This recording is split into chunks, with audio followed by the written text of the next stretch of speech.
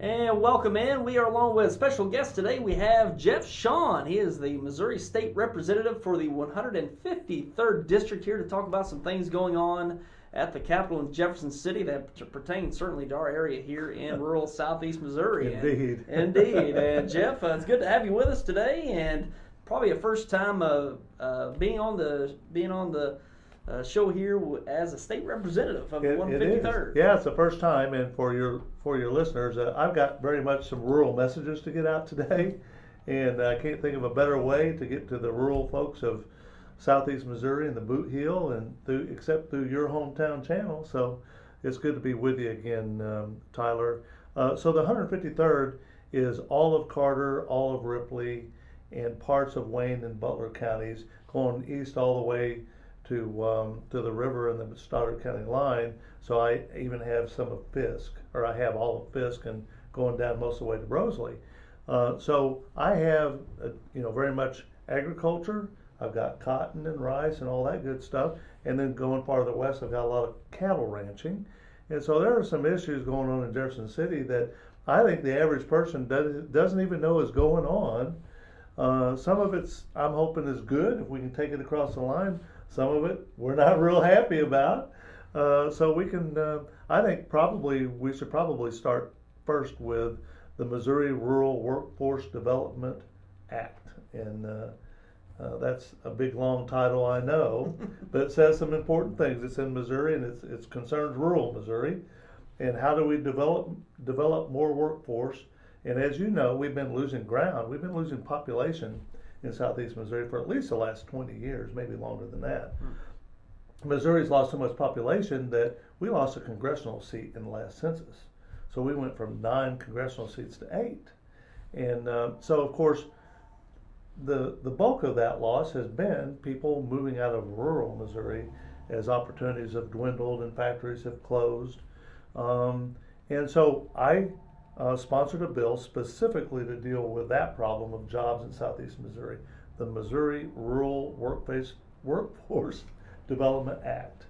And what it does is it incentivizes. For years we've watched all the big dollars go to St. Louis and Kansas City, and not much of it coming back to the rural parts. So what this does is creates an incentive for venture capitalists to invest in businesses specifically in small counties. So it deals with counties of a population of 50,000 and less. And we're trying to structure this bill to where the incentive gets better and better as the county gets smaller and smaller in population. But what it does is it creates an incentive whereby an investor can earn tax credits, but only in return for a project in rural counties that develops a certain amount of jobs that pays for the tax credits. And they can't execute the tax credits until there are enough jobs created to justify the state's investment, and then it's spread out across 4 years. So what we're looking to do is encourage development of really good jobs, long-lasting, all over the Boot Heel in southeast Missouri. And I'm very excited about the prospect for it, because it seems like all the tax credit and all the investment, all those millions and sometimes billions of dollars end up in the big cities. It's time that some encouragement for agriculture, which is the biggest industry in the state of Missouri, gets some encouragement, and the small towns that support agriculture, which is so key to our economy down here. Sure, and that could certainly help to go to diversifying our economy in rural part of Missouri. In a huge way, and we could come up with a dozen examples or dozens of examples. So let's just say, for example, because now probably most people know that they're trying to grow peanuts in Zenith, I think, in South Dunklin County, and in parts of Scott County. Well, let's say somebody said, hey, we're growing the peanuts, so let's process them right here.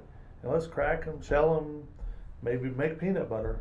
And they say, so, if I can raise $20 million or $10 million, I'll create 60, 80 jobs, and we can process peanuts right here in southeast Missouri and then ship the finished product out. What this would do is give an incentive for investors to do risk taking with that entrepreneur, and let's go create those jobs. So it could really have some strength to it. Sure. So we need to get that bill through the House and through the Senate and take it to the governor's desk. But hey, look, we've got a governor, Tyler, who's a cattle rancher. He's a rural guy. Governor Parson is a cattle rancher and a small town sheriff from Bolivar. He likes things that are, lead toward investment and growth in rural Missouri. So I don't know if he would sign this bill or not. I can't speak for the governor, but I got to believe that this is just the sort of thing that would give a real lift to our economy. We need to get that going. Sure. And you're introducing this bill. I've sponsored this bill, and it went before agriculture, and it was voted out of agriculture. So it's going to go to the House floor probably in the next week or two. And if it clears the House, which I think it has a good shot at, then we take it to the Senate and we see what happens from there. All right. And, it's exciting. Yeah, it's quite a bill that could certainly benefit us here, not only southeast Missouri, but rural Missouri statewide. All over the state. In rural Missouri, it would be good. And the smaller the county, like Butler County's got right around 43,000 people. Investment in Butler County would work. But by the same token, New Madrid County, which has 7,000-8,000 people, the way we're going to structure it, it would be more incentive for a risk-taking venture in New Madrid County than it would in Butler County. So in other words, we're wanting to go rejuvenate and bring alive these counties. As you know, we've been losing ground for a long time. Sure. And it's a result-based bill. Result-based. There's got to be the investment. There's got to be the jobs produced before the money's. That's right. The project has to be completed. Mm-hmm. So to use my example, let's say a peanut processing plant has to be built, and the employees have to be hired. They have to prove that they've hired the employees, and then we'll know what kind of tax base we get from that, which will pay for the tax credit. So Missouri doesn't risk anything. The risk is all on the shoulders of the entrepreneurs who are doing the investing and saying, yeah, we think we can make this go and make some money. Sure. Yeah. So we'll see what happens with that. We'll keep in touch and see what that happens over the next few weeks. That's interesting. Yeah.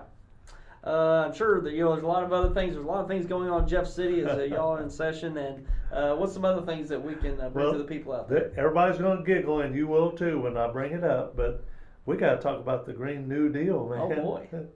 When everybody's heard about Alexandria Ocasio-Cortez, the new congresswoman, I believe from Yonkers. She's from New York. Okay. And she knows where food comes from because she goes to the grocery store and gets it. Right. And that's where it comes from in her world. So she said things that in southeast Missouri we've been laughing at because they seem so silly. Okay, I mean, she's saying we have to eliminate cows because of cow flatulence. We can't have farting cows. Or change the grain. And then she altered that and say, well, we need to change the grain that we feed them. Like she knows how to tell our cattle ranchers how to ranch cattle. Yes, ma'am. I'm sure you know all about that.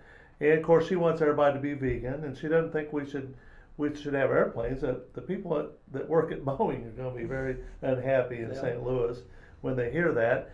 Here's the thing. It seemed like so over the top crazy. It's just been the subject of jokes. Well, it's not a joking matter. She's a congresswoman. She's been elected. And when she came out with the Green New Deal and she made all these crazy statements that ended up being distilled into a resolution that sounds better than what she publicly stated, there was so much fury over it, it just disappeared. Well, you can't make it disappear once it's out there. She said it. We know what she intends. The problem is, even if she got a few percentage points of what she's trying to do done, it would destroy agriculture in Missouri as we know it today. It would be what she wants. She's saying that nuclear energy should be eliminated. Well, 10% of all the energy in Missouri comes from nuclear power plants, which are safe, green, and very efficient.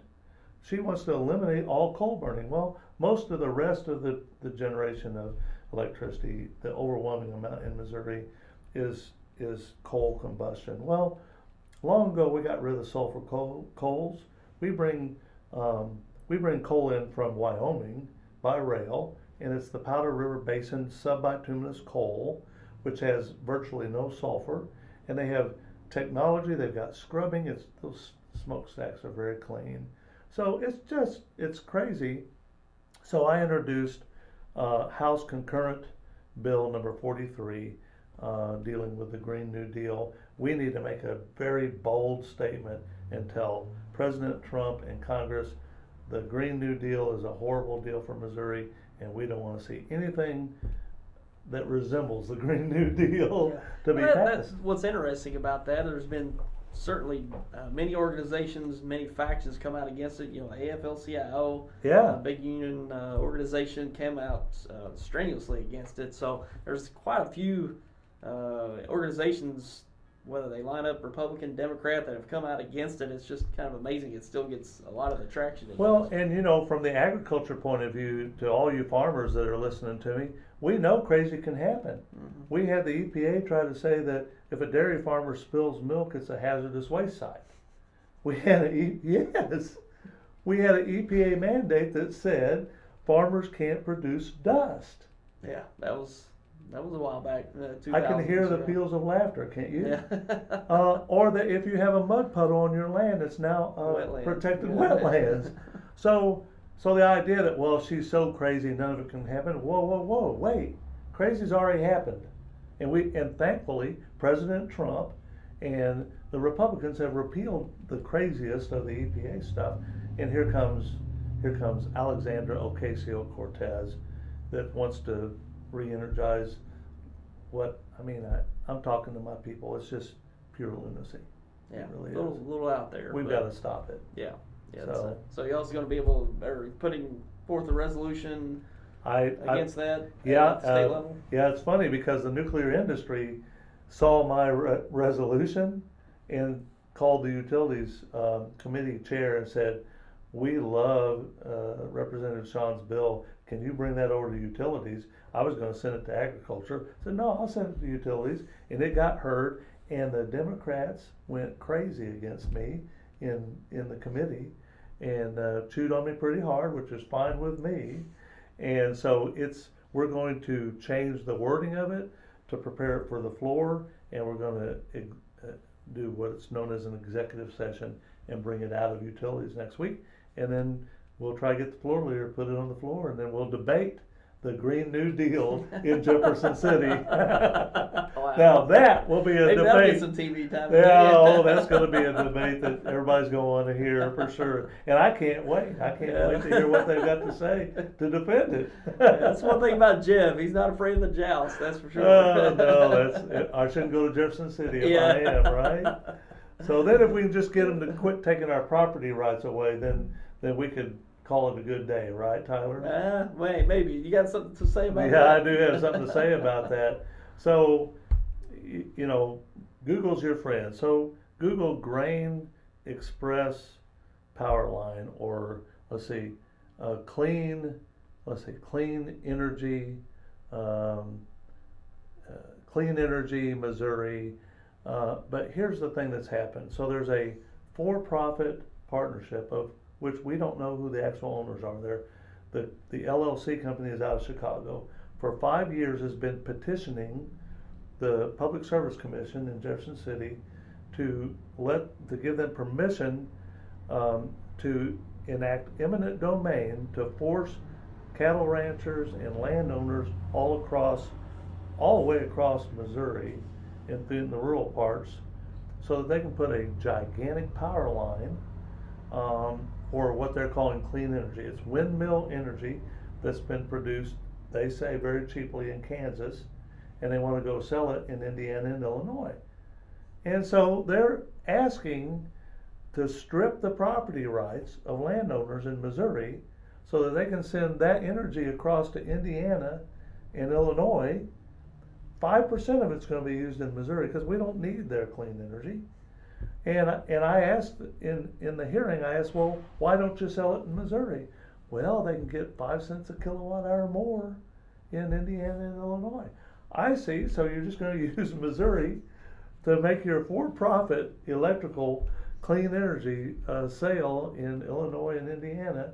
And I just think it's an insane invasion of property rights, which really began, as you know, I think, back in 2005 with the infamous Kelo versus New London Connecticut case where the Supreme Court voted that it's okay to use eminent domain for economic development. Mm-hmm. So in other words, that family farm that your family's had for 100 years, we can make a whole lot more money and there'll be more tax base, and for the greater good of everybody, you have to give up your land, or you have to give us an easement across your land and, you know, destroy land that you don't want destroyed. Or even if it's not destroying it, who cares? It's your private property, unless it's for the overall good for Missourians, like building a highway or getting electricity where we need electricity. That's what eminent domain is for. It's not so somebody can make a whole lot of money. Public good, not The necessarily. public good in Missouri, Right. not in Illinois and Indiana. So it's just, I was just appalled. So Representative Hansen has a bill to do with eminent domain. It's a crucial bill because the PSC gave them the green light.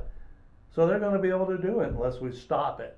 So we have to stop it with that bill. That bill needs to get passed. And I'm on fire about it. I'm sick and tired of private property rights being trampled on by people who look to make bigger money as a result. Yeah, and that's that's the debate, ongoing debate about the Public Service Commission, that they make decisions and we have to pretty much live. We by have them. to, yeah. Yeah. And that's why we have the branches of government we have, because you know what, in the legislature we might have something to say about that.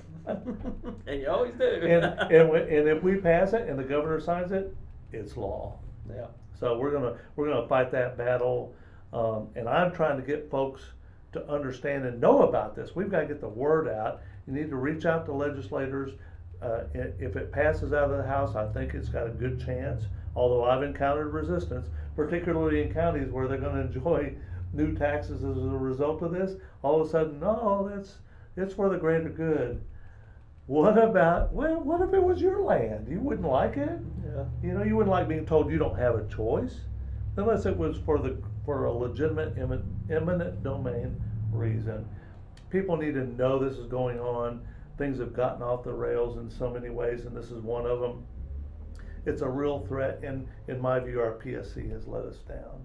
So I'm very concerned about that, and it is the natural erosion of our private property rights that happened back in 2005. It was predictable that this kind of thing would happen. Yeah, slippery slope. As soon as that came Yeah. down, it's like, whoa, it's going to be a Yeah, lot yeah. coming down the pike. And now it's a steep slope. Yeah. So those are the things that I'm fired up about, because everything that we've just discussed is affecting rural Missouri, and we need more jobs, and we need to keep our private property rights, and we need to keep this crazy Green New Deal out of our hair. It'll ruin agriculture in Missouri.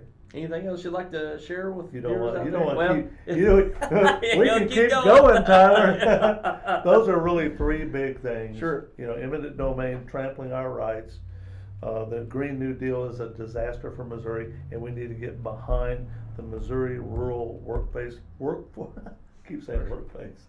The Missouri Rural Workforce Development Act, and it's a mouthful, but every word says something important. It's for our state. It's for rural Missouri.